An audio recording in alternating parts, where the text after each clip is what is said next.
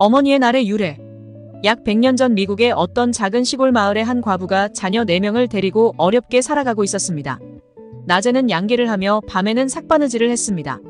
그러면서도 아버지 없는 어린 4남매를 훌륭하게 사랑으로 잘 키웠습니다.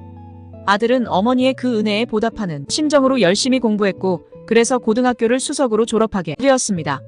그런데 졸업식을 앞두고 어머니에게 고민이 생겼습니다.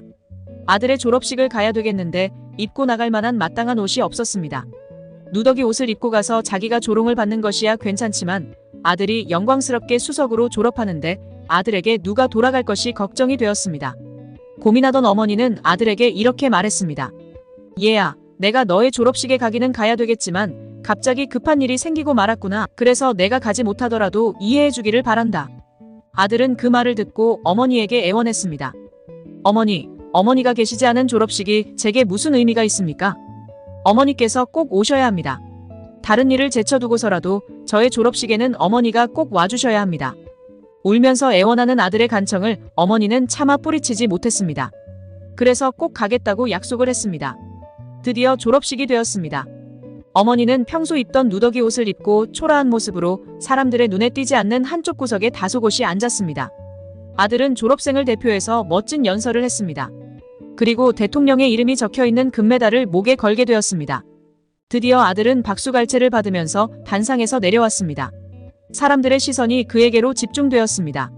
아들은 뚜벅뚜벅 걸어서 한쪽 구석에 앉아있는 어머니를 찾아 어머니의 앞에 섰습니다. 그리고 자기 목에 걸려있는 금메달을 벗어서 어머니의 목에 걸어드리면서 이렇게 말했습니다. 어머니, 이 영광을 어머니께서 받으셔야 합니다. 제가 오늘의 이 영광을 차지할 수 있었던 것은 순전히 어머니의 은혜입니다.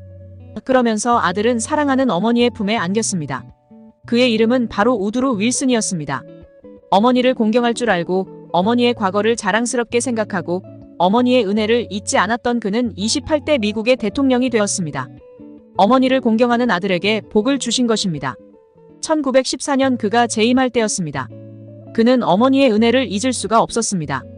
자기가 그렇게 훌륭한 사람이 된 것은 자기의 뒷바라지를 해준 어머니의 은혜임을 생각하면서 국회의원의 마음을 감동시켰습니다. 그래서 해마다 5월 둘째 주일을 어머니의 날로 지키기로 법을 제정했습니다.